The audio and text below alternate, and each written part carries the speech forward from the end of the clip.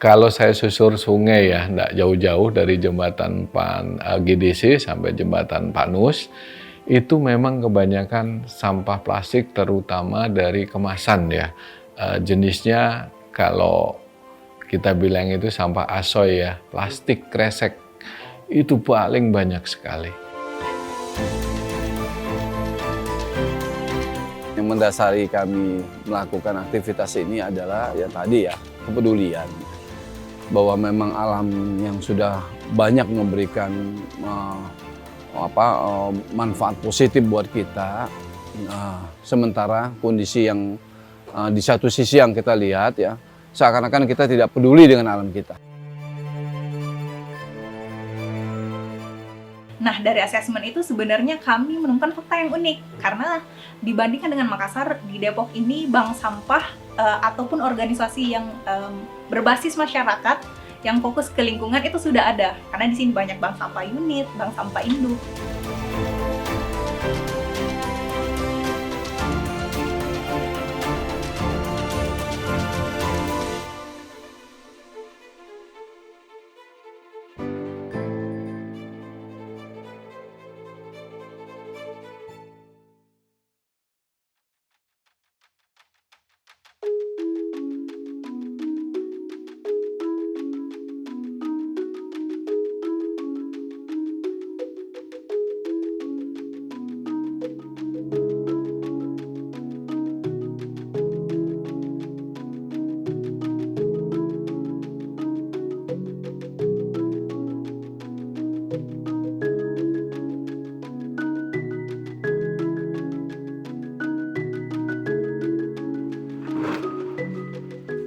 Bank Sampah Rumah Harum berdiri 2013 ya, yang mungkin saat itu pada tahun itu Depok dalam kondisi sangat bermasalah dengan sampah ya. Akhirnya sebab itu tumbuh kepedulian kami bersama kawan-kawan waktu itu ya, untuk ketika melihat ada program bank sampah ini sangat tepat sekali untuk bisa menggerakkan masyarakat, setidak-tidaknya bisa membantu mengurangi sampah yang masuk ke TPA. Jadi memang waktu itu kita didasari kepada kepedulian itu. Nah, cuma memang dalam perjalanannya karena mengelola sampah di sana ada nilai ekonominya, maka mau tidak mau akhirnya kami juga berusaha semaksimal mungkin untuk mengelola ekonominya dengan secara profesional. Karena apa? Karena ketika dia dikelola dengan profesional, maka dia juga bisa membantu memberdayakan masyarakat dan membantu masyarakat untuk sedikit mendapat tambahan ekonomi dari pengelolaan sampah yang kami lakukan, seperti itu. Nah, ini sebenarnya menunjukkan kalau di Depok nih mereka udah aware ataupun mereka sudah sadar tentang gimana cara memisahkan ataupun mengolah sampah mereka dari rumah tangga. Nah, hal itu sih sebenarnya kita lihat peluang bahwa ketika kita rapuh terlibat di Depok, ini kita bisa didukung dengan kondisi masyarakat yang sudah cukup paham dan mau mengolah sampah kantong plastiknya mereka, sehingga harapannya proses yang kami lewati ataupun proses waste management tadi, collecting tadi itu bisa lebih mudah.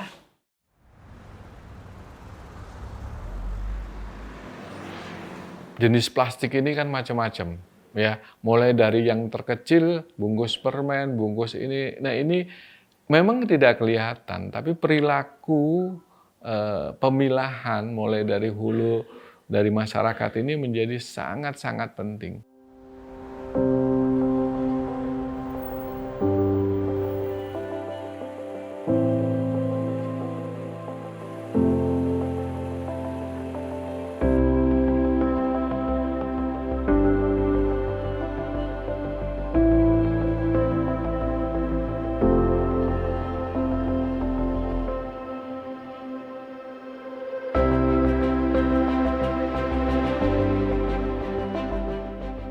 Maka ketika kami mendapatkan kesempatan untuk menjadi bagian dari program Plastik Smart City Web, tepatnya di November 2022, banyak hal yang akhirnya kami dapatkan. Yang pertama ya tentunya rasa percaya diri yang makin tumbuh ya, makin besar ya, meyakini bahwa ternyata yang peduli terhadap lingkungan dan terhadap sampah ini bukan kami sendiri ya, jadi sebuah lembaga internasional yang cukup besar yang ternyata punya kepedulian juga lebih.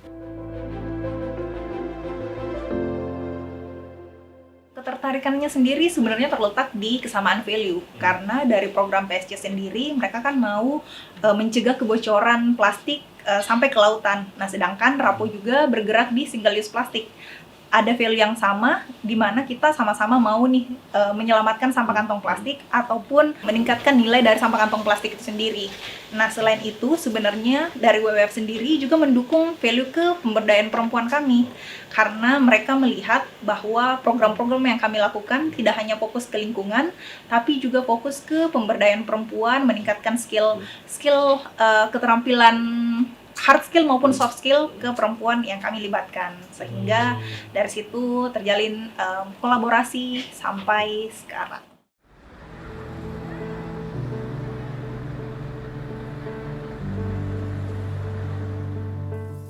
Intervensi juga dari program yang dari WWF ini juga di Bank Sampah Anissa gitu. Nah, ini sangat menjadi gairah gitu loh ya. Jadi di masyarakat itu adanya program ini gitu. Hanya memang ya terus terang saya berharap program ini keberlanjutannya ada gitu, pendampingannya ada, pembinaannya ada.